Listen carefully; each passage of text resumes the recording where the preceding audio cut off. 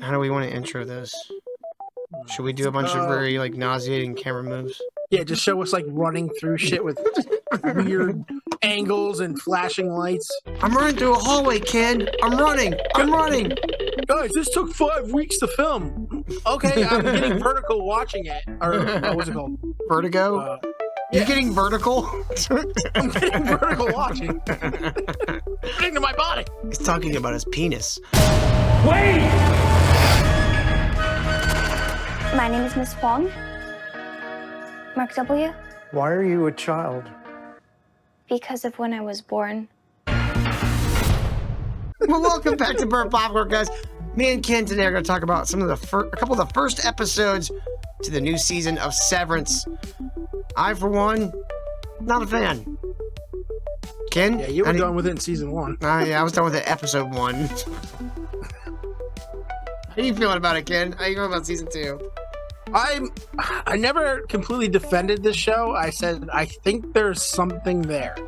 I was like, this could be kind of the show was really weird and it had a lot of mystery to it, but it was just like I always said the same thing. I was like, you know what? I'm kind of disappointed in the show, but I think it could be great. I think they could do something with this if like something actually fucking happens. And I'm watching 4 episodes in the season 2, and I'm like, guys, you really need to get to something here. I'm gonna stop watching this dumb show. That's where I'm at. I don't really get all the praise it's been getting.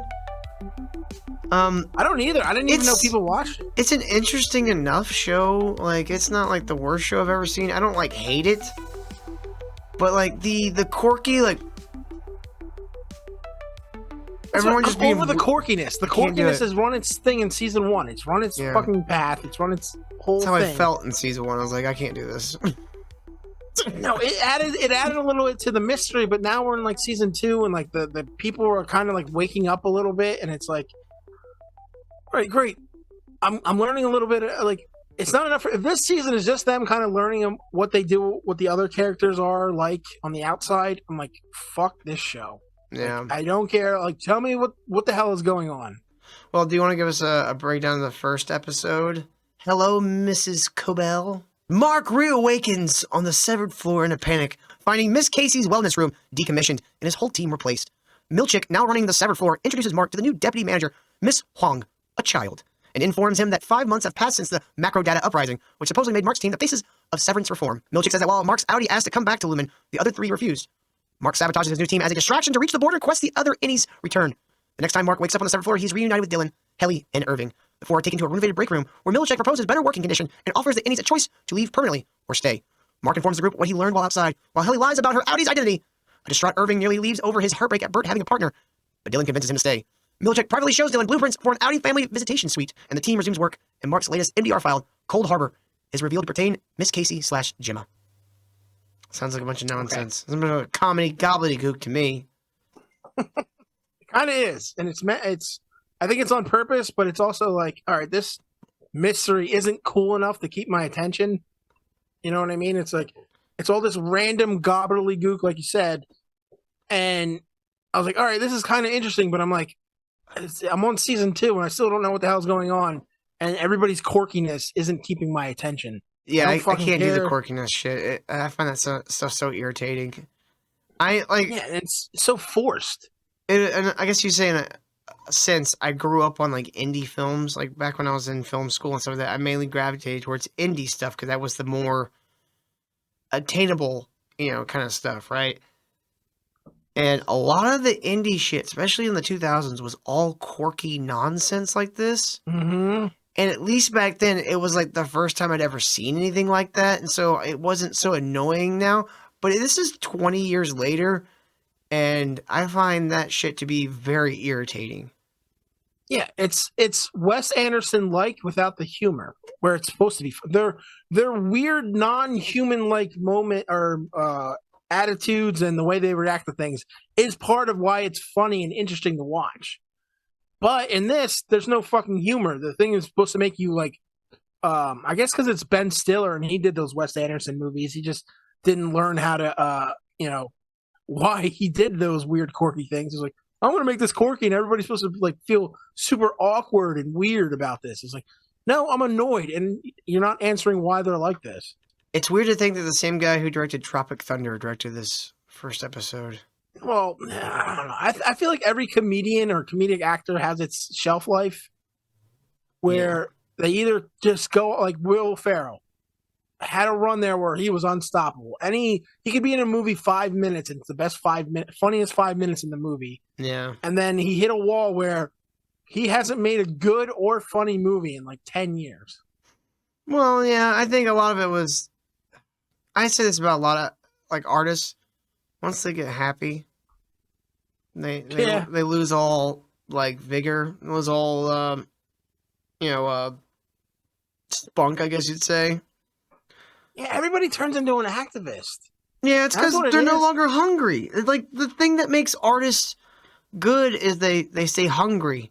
That's why all the best artists who never faded out, like say like painters and shit, like Monet, that motherfucker died like literally poor. He stayed hungry his entire life, so he kept making amazing things. These people get rich and they don't care anymore. It's just like, yeah, let's put them together. Yeah, it's that, and like every comedian, every comedic actor like Ben Stiller, Will Ferrell, they have like a quirkiness that has a shelf life. Yeah, like there's a reason why like nobody gives a shit if he makes another what are those Fokker movies? Like nobody wants to see an awkward guy getting Meet the weird, Fockers. awkward. Yeah. We're tired of it. We get it. He either does the angry guy or the stupid guy or the awkward guy. That's what's the all next he one can going to do. be? Now he's the Robert De Niro role, and Robert De Niro's there to like help him or something. Oh, dude, don't tell him that. That's exactly what he's the grandfather now. Yeah. Meet the motherfucker. Meet the grandfockers. That's what it is, dude. I'm telling you, don't joke about that. That's happening. Meet the Robert De Niro's still alive. This guy, Ben Shapiro's like 50 or I think I he's thought like Ben 60. Stiller was going to die from anal cancer or something. What? He has cancer or had cancer. Is that why his wife was going to leave him until like COVID happened and they were stuck in the same house and like, we're both old and we're not She very gave him likely. cancer. And then like, oh my god, I'm stuck in the house with this guy. I better cure his cancer. He said, oh my God, I'm stuck in the house with my wife. I have cancer now. Oh God. If you leave me, I'll die. Yeah. Oh, okay, cool. Cool. So, all right, get back to the show. Yeah, Ben Stiller, I guess, is the creator or the director, at least. He made it, didn't he? I did watch one of those. Is it Vanity Fair or GQ that does like the scene dissection I think videos? it's Vanity Fair. I think They did with Ben Stiller and Andrew Scott. No, it doesn't matter. Derek Scott, Bob Scott. No, John. that's not right. Sam, Michael Scott. No, that's The Office. John, Jacob, Jingleheimer Schmidt. Adam Scott. God, why would I not remember Adam Scott's name for their second there? They They did a dissection on I think it was Vanity Fair, and where they broke down how they made that opening scene. I found that far more entertaining and cool than the entire show, the entire first episode. I would watch that video of them showing how they made that opening sequence again over watching another episode or that first episode of season 2 ever again. Well, did you see the marketing for this?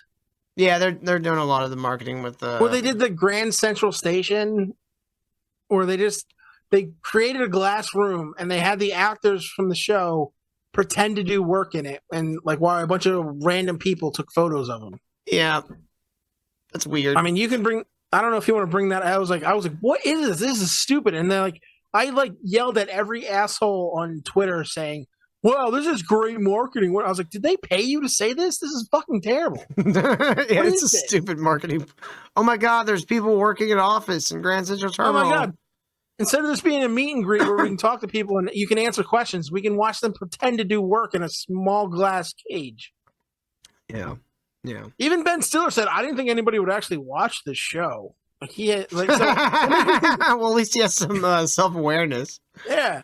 Well, that makes me think he has no idea. Like he's just making this shit up. This isn't going anywhere. He had no plan. He's like, well, what if there was like this weird, and a lot of the shit in the show is it seems like this is like a parallel universe where what is there, like 196 countries, and the show says there's like 206 or something crazy like that.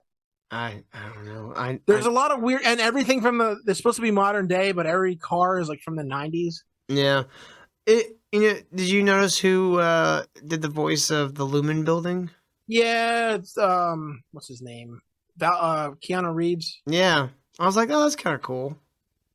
Is it? It just seems like, I mean, for him, he got paid probably like $500,000 to come in and read a couple of lines for a day. And it's one of those things like, this show's been really boring and torturous. Keanu Reeves. That's nice. It just seems like a gimmick. Like, is this like... They just wanted the building to sound welcoming, Ken.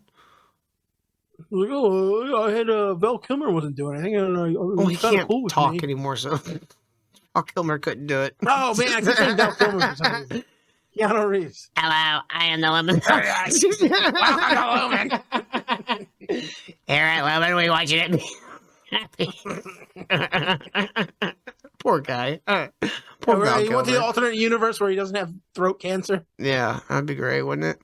Welcome to Lumen. Beat me apart. I didn't enjoy the first season. I don't imagine I'm gonna keep watching this. Was Simper liking this show? What was he? I know you guys were talking about it for a minute. He never talked. I think he was in your boat where he's just like, oh, watch it, but it's kind of. I think he's kind of bored with it, and he only liked torturing me. Like, oh, your favorite show, Severance, Ken. I'm like, I literally said I don't know how to feel about this fucking show. I don't know, Ken. It sounds like it's your favorite show. I literally hate aspects of most of the show, but I feel like if they actually answer some questions and they show you like this, how fucking what's really going on, there might be a show here, but I'm like very annoyed and disappointed with everything. I think why me and Simper do this to you so often, Ken, is it's fun to watch you have to defend things that you really don't give a shit about. I don't give a shit about this show. Like, no, Ken, it's the worst thing. No, it's not. It's fine. You're like, oh, Ken loves it. Yeah, it's Ken's favorite show. What the fuck? I'm literally annoyed with every episode, but I feel like if they just change a couple things, this could be something.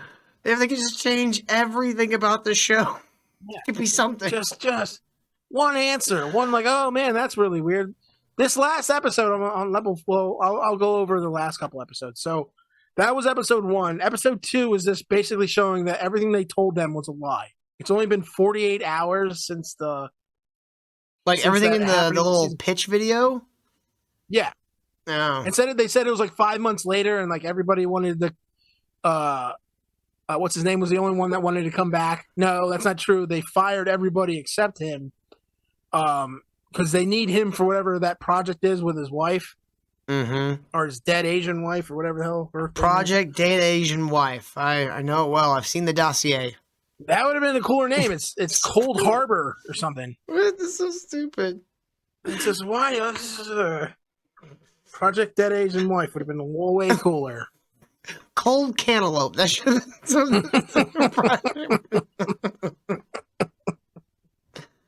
Cold Samurai. Oh my god, it's so stupid. So Project Frozen Asian. That's what it is. It's so stupid. She died in the ice, so we somehow woke her up and made her talk to her husband for some reason. Again, I'm saying this out loud, and it's like this show is so fucking weird and stupid, but they don't give you any fucking answers. So the second episode is just them like going over how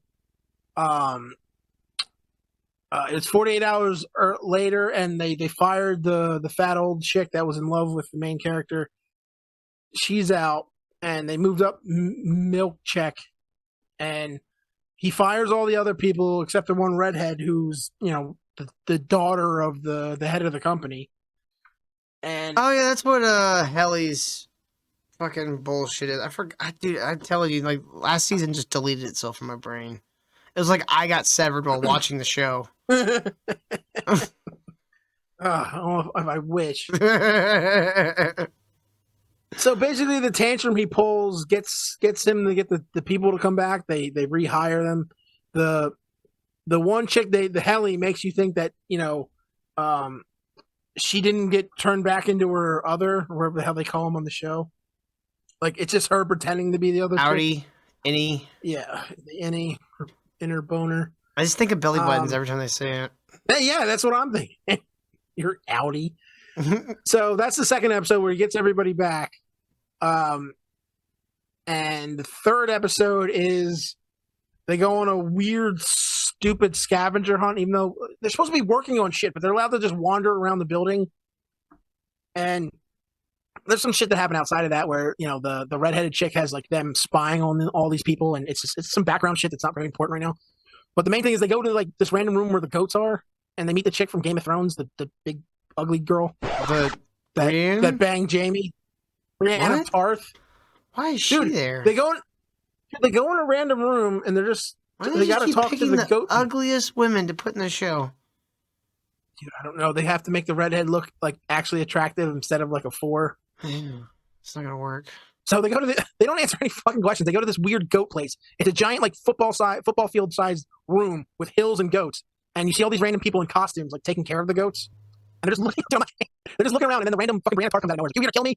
And then all these like white trash loser people in goat costumes surround them and like stab them. I'm not kidding. And they're like, no, we're not bad. We're just here to like ask questions, and we want to find out about the Asian chick. The Asian chick was nice to us. We will answer your questions. I was like, this is so fucking stupid. So surprise, they have no new information for it, and this whole episode was a complete bust.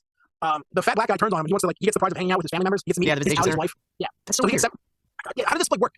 Like, they're not supposed to have anything to do with their outside family. Like, you wouldn't tell them, like, hey, we're getting treated like shit. The fat black guy turns on him, and he gets the prize of hanging out with his family members. He gets to meet his wife. Yeah, that's so weird. He gets how did this like work? What, like, they're not supposed to have anything to do with their outside family. Like, he wouldn't tell them, like, hey, we're getting treated like shit in here. I never sleep. My life is going to work, going home, but I go right back to work when I close my eyes. Like, I've never had a moment of rest. That's literally their life. They don't remember anything the alley does, so they don't remember sleep. So their life has been going nonstop for however long they've been working there. Yeah. So no, that saying that shit, like they lose their mind. Right? Doesn't make any fucking sense. They're nonstop going. They know nothing of rest.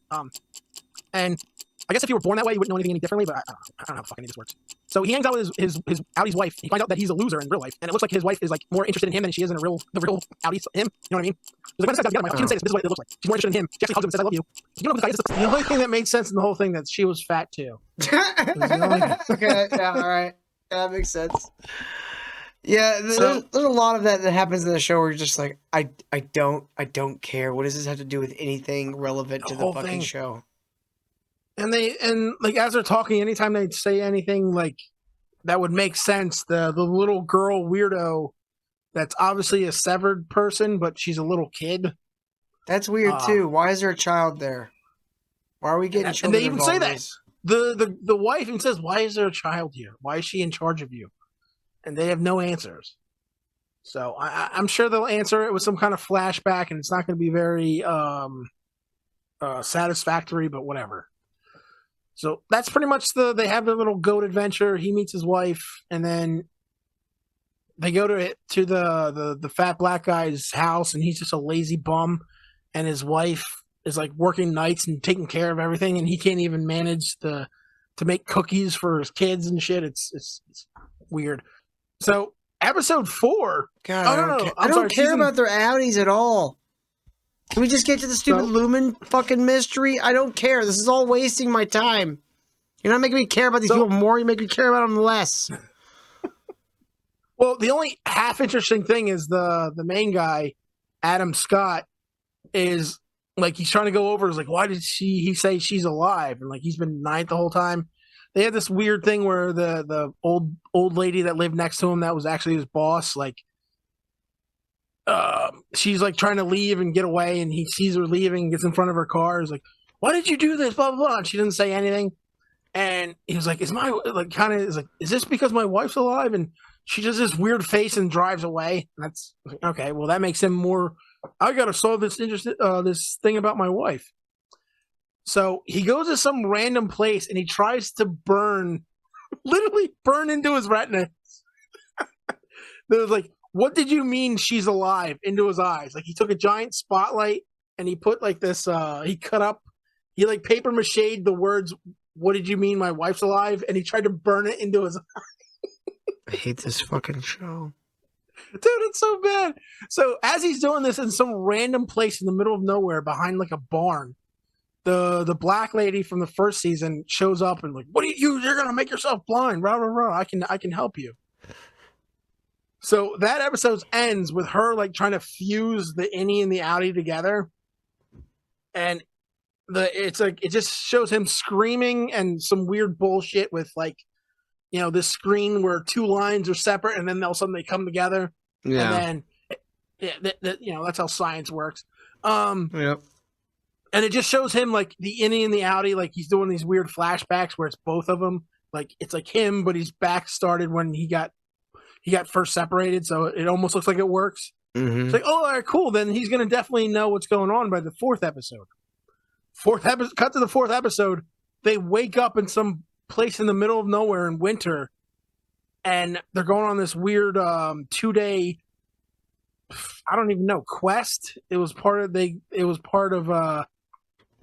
they won this. This is part of the new Lumen. Like, oh, your innies or your outies agreed to this vacation where it's like it almost looks like an Indian spiritual quest. Dude, I don't even know how to describe it. It's so weird. Where so they're all wearing like this Russian parka looking shit with a Russian hat and like very thick black coats. They find each other in winter. They're on this big giant cliff. It's like they're in the middle of the forest, and they start seeing themselves in their suits, like clones of themselves, like pointing in directions. I'm saying this out loud, and I don't even know how do I make it more clear. They're seeing themselves. They point him, and they make it to the black guy, and he's like, "This is where Lumen did this or that," and we're showing you the history of how he became blah blah blah. So they have this book, and they're reading from it, and it's like he met some midget lady in a cave, and she told him something or other. I don't know. That whole part. So they basically make it to this campsite where they all have their individual tents. The one tall guy that he's the one that pointed out, the chick said she saw a night people that take care of your lawn, a night lawn man or something. Caretaker. Landscaper? Yeah, a night landscaper. And he starts quizzing her. He's like, tell me more about, why don't you tell us the truth? What's going on? What do you mean you saw a night landscaper? And she's like avoiding it, and she's like, I know you're slashing out because your boyfriend has a husband or something like that. And he got up and stuff and he runs off into the woods. I hate telling it. I fucking hate. I swear, I feel dumber after you've told me this. Right? I feel dumber for remembering this. I wish I drank too much. This show is so stupid. Don't watch. No. It's about to get worse. People don't watch Severance. Don't watch it. Don't fucking do this to yourself. It's so terrible. Dude, it gets worse. He goes off into the forest, and they pass some weird mutant animal carcass when they were heading to their campsite. He sleeps on it. He literally sleeps on it and has like a vision.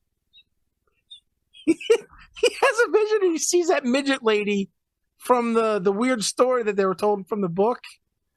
And then he wakes up. It's the next day, and he captures Hilly, whatever the hell her name is, Hella.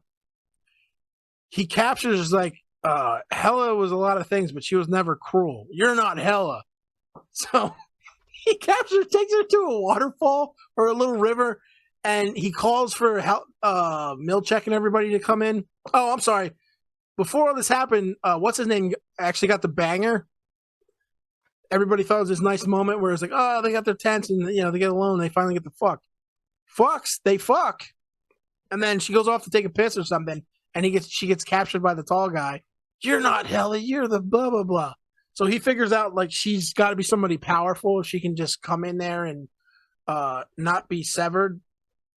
And he's like drowning her in front of Milchek, and everybody is like, bring back Helly, I'm gonna kill her. Bring her back. And the chick's like, don't do it. And at the last second of the show, he calls in some code, and she comes back, and he immediately recognizes it's her, and they're not playing a trick. And you just see the Adam Scott guy just completely like realize like he just fucked the wrong girl. And he's got a weird look on his face. The other guy, the tall guy, walks away all happy. Like he's like, Milchek's like, you're fucking fired. You're done with this. He just walks away. He's like, all right, good. I don't give a shit. And that's how it ends. I have no idea what the fuck you just told me. There's so much going on. It's so weird and so random. I don't know how to put it any clearer than that. I can't do this show. I can't do this quirky bullshit anymore. This is why I liked Penguin like a lot, because it was very straightforward. Can you say penguin right? Penguin? Penguin? Penguin. There you go. That's not the way you said it. Penguin? Yes. Thank you. I said it the same way. No, you said penguin. Penguin? There you go. Penguin? There you go. Keep going. That's nice. Penguin? Sounds good. Penguin. Penguin? That's why I like the penguin. I was like, what are you doing? You make us sound like idiots. That's why I like the penguin. Frick, you know what you're doing. No. I don't hear it, kid. It's the same. I hear the I know, same word. I know. Because I've heard you say it the same way when you're talking about it on ministry. And it's like, oh, he doesn't realize he's saying it all retarded. I'm not saying retarded. I'm saying normal. Hold on, I muted you. Fuck. You live in Minnesota, so you think your normal people speak just sounds weird to you now. Hold on, I can't hear anything. I don't know what the hell I just did. Well, that's why the show is like it's all it's like Lost again. It's all mystery. There's no substance. It's like Lost, but for quirky like office workers. Yeah, I get it. They're I hate drones. They're stupid drones. I hate it. I hate it. I hate this. Like, And if this fucking show turns in like everybody's actually severed or everybody's brain is, it is. and that's why It's everyone. There's gonna be multiple severs. There's gonna be severs on severs. Eventually, they're gonna have somebody that's tri-severed. and that's why everybody's weird and quirky because this world isn't real and everybody's like I severed. hate all of it. I hate this entire Yeah. show. And I'm afraid I'm right because that's why, just like they tell the inners or whatever the fuck they call them, they give them all this misinformation. Like everything's kind of right, but it's always sort of off because they don't want to give them too much. All this shit, like with the number of countries being wrong, this other shit is like, all right, well, they're feeding them wrong information because they're severed and they don't want them to know the truth. And I was like, that's kind of on the kind of. So, would you recommend Severed season 2 to other people, kid? I want to believe there's something there. Just like the first, I'm annoyed as fuck. I don't know. I don't fucking know. I want to, if there's an answer to anything, if like this is leading to something cool, I don't know. It's just like, it just doesn't feel worth it at this point. I would literally recommend people watch anything else. Like, go watch Buffy reruns. I don't care. Go watch Landman. That's a good show. Go watch Landman. Landman's much better. We're going to talk about that later when we have an old man with us. We called Old Man Doesn't seem to Landman. make it when we record. Nope, never. Well, I don't think I'm going to watch any more of it. You going to keep watching? I will. It's one of those things like I have to see how this. Well, Well, at least this season. At least if I get no answers by the end of this and it just gets dumber, I might call it. thank you so much for watching this episode of Burnt Popcorn. We hope you enjoyed our coverage of Severance, or didn't. Either way, hit that like button and hit that subscribe button. And hey, if you disagree with us, leave us a comment. We'll more than happily read, or hell, Ken will probably argue with you in the comments. Next week, we'll actually be covering the new Apple TV movie, The Gorge. So be sure to tune in for that. But until then, I don't know, go watch some of our old reviews. I don't know, why are you still around here? The video's over. Go away.